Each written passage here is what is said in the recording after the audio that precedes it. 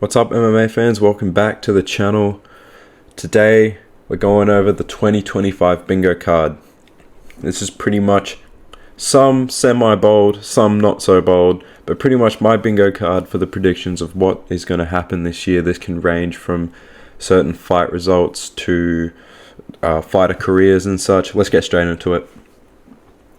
Straight away, I got Michel Pereira goes undefeated in 2025.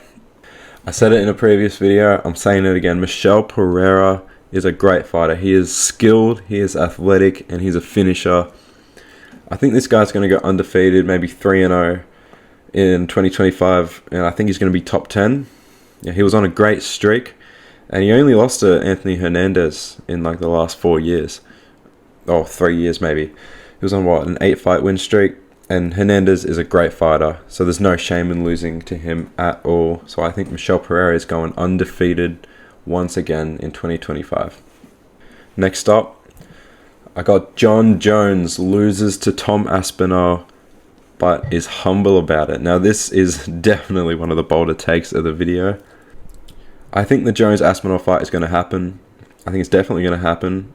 I think honestly 80% chance it's going to happen. I'm not coping at all. And I think Tom is going to win. I think Tom wins probably 60-40 percent-wise. And I think Jones is actually going to accept the loss. And I think he's going to be humble about it. I can't, for some reason, when I think about it, I just can't see Jones, sitting back and making excuses. Like, what excuses is he going to have? He did say on the Joe Rogan podcast once that, we've all seen it, that he would party every weekend before the fight. So he'd have an excuse to lose because he just couldn't handle losing because of the skill. Yeah, he probably still does that, but what is he going to go on the post-fight press and go, hey, guys, I drank too much, I did too much coke, my bad, I would have beat Tom if I didn't do the coke. That's just silly. And I think he's going to sit down, retire after the loss and be like, good on him. Had a great career, greatest of all time. Peace out. Right, next one. Some people might not like this one. I think Alex Pereira loses next year in 2025. Let's go over why. There's not many fights left at light heavyweight. There's Big Ank, and really that's the only fight he needs to do. If Ulberg beats Jan Blachowicz, which he probably will, Jan's probably washed by this point, unfortunately, but he could fight Ulberg, but I think he beats Ulberg. Honestly, I think it's a pretty competitive fight, considering what Khalil Roundtree did. But there's no reason beating Ulberg would do nothing for his career. Then Ankalaev is the only fight that he needs to prove to be one of the greatest light heavyweights ever. If he beats Ankalaev, it's likely he's going to move up and fight either Jones or Aspinall, the winner of that fight, and I think he loses to both of them pretty easily. And there is a pretty decent chance that he loses to Ankalaev as well. And if the Ulberg fight does happen, let's say he beats Ankalaev and Ulberg, and decides to move up in 2026, I think he's just going to be too old by then. So I do feel like Alex Pereira is going to lose the streak next year. Go to the next one. Diego Lopez and Ilia Topuria have an all-time classic war. I think Lopez and Topuria are going to fight next year. If Topuria stays at featherweight, beats Volk in the rematch, which is probably going to be next. And if Lopez either waits or fights again, let's see, realistically, the only fight that he could have if Topuria stays in featherweight is Movsar. And man, Movsar Evloev probably beats him, honestly. I pick Evloev in that fight. But let's just say the stars align, Topuria and Lopez, they match up. I think they're going to have a crazy, exciting fight. I think it's going to be one of the best fights of the year, an all-time classic. I think Topuria wins, but again, all-time classic war. One that we'll look back on a lot. Next up, we got Henry Cejudo wins. I think my man is going to come back. And I think he's going to be a low-level contender, maybe a Rob Font or something like that, like on the edge of the top 10. Not much to it. I think he's going to win. I love Henry Cejudo. He was pretty vital for me when I was getting into UFC. I started getting into UFC. I think one of the first events I watched live was actually Cejudo versus Dillashaw. and it was just like, wow, crazy. He is a high level fighter. I think he still has it in him. I don't think he's the same guy. I think he loses to the top guys, but I think he'd beat a Rob Font and those kind of guys, and I think he's going to do it. Let's keep moving. This one's an interesting one. I think a big company name is going to retire. I have Bruce Buffer and Joe Rogan in the brackets there, just to give you the idea of what I mean by big company name. Let me just get it straight. I don't think Bruce Buffer or Joe Rogan are going to retire next year. I think that's a little bit away still. They're not too far off, but But I do think someone is going to retire that, creates a headline for us. So everyone's going to go like, oh shit. Obviously not Dana White, nothing like that. But I think I got no name for you. I got no other examples. But I think a big company name is going to retire, and it's going to change the UFC just a little. It's going to get some people a bit paranoid. Some people are going to go, we're cooked, bro. UFC's done. It's over. Had a good run. No. But I think just someone big business-wise is going to retire. Next up, let's get back into fighting talk. Carlos Prates gets fraud checked. I was looking at contenders because I wanted to have a fraud check prediction here. I think Carlos Prates is probably got the biggest hype train that I think he's actually going to lose. I could say Peyton Talbot, but I think he goes undefeated next year because he's still unranked. He can still knock out some cans, some nobodies. But Carlos Prates, he's almost at the top 10. He's at like 13 maybe, or even 14. But yeah, I could see a Gilbert Burns fight next or something like that. Maybe even a Wonder Boy. I think he'd beat Wonder Boy. But I think he's going to get fraud checked next year. I think he's going to get, maybe have a good first round, second round against someone, an old veteran, maybe in a fight night main event. But I think he's going to get outlasted, out-experienced, and I think he's going to lose. I think Carlos Prates is going to lose next year. It'll probably be a big name. I don't think it's going to deplete his stock too much, but I got that. Next up, I got Jared Cannonier retires. Nice and simple one. My man is 40 already. He's lost 2 in a row, which he hasn't done since losing to Reyes and Yan, the light heavyweight division in 2018. He's fought almost everyone already in the division. Yeah, I think time is up. I think he loses to Gregory Rodriguez. Rodriguez is on his way up. Cannonier is on the way down. I think he's going to retire either after that fight or the next fight. I think he's going to retire after the next fight. I think he's going to lose again, probably. I think he's going to get given someone tough. I could even see a late year Bo Nickel fight, which I don't want to see. This one, I'm proud of this one. I thought of this one and I was like, yeah, this is going to happen. Big name veteran returns. It popped up just next to Chase Hooper there. One big name veteran returns, and the one that comes to mind straight away is Donald Cerrone. Donald Cerrone has been hinting at a return recently, and I think it's going to happen. And whether or not Cerrone comes back, I think someone else will. But I think Donald Cerrone is going to come back. I don't want him to. I don't think anybody wants him to. I think he's going to lose. I don't think he's going to be, unless they give him. Oh, imagine they give him the Tony Ferguson rematch. Oh my god, that fight would make me want to cry. Watch it be like a headlining prelim and like a mediocre pay-per-view as well. God, that's that one. I got big name veteran returns, maybe mid-year. Next one might be a little controversial, but I think Shara Bullet is going to lose. That one popped up just next to Dan Hooker there. I think there's only tough fights from now on for Shara Bullet.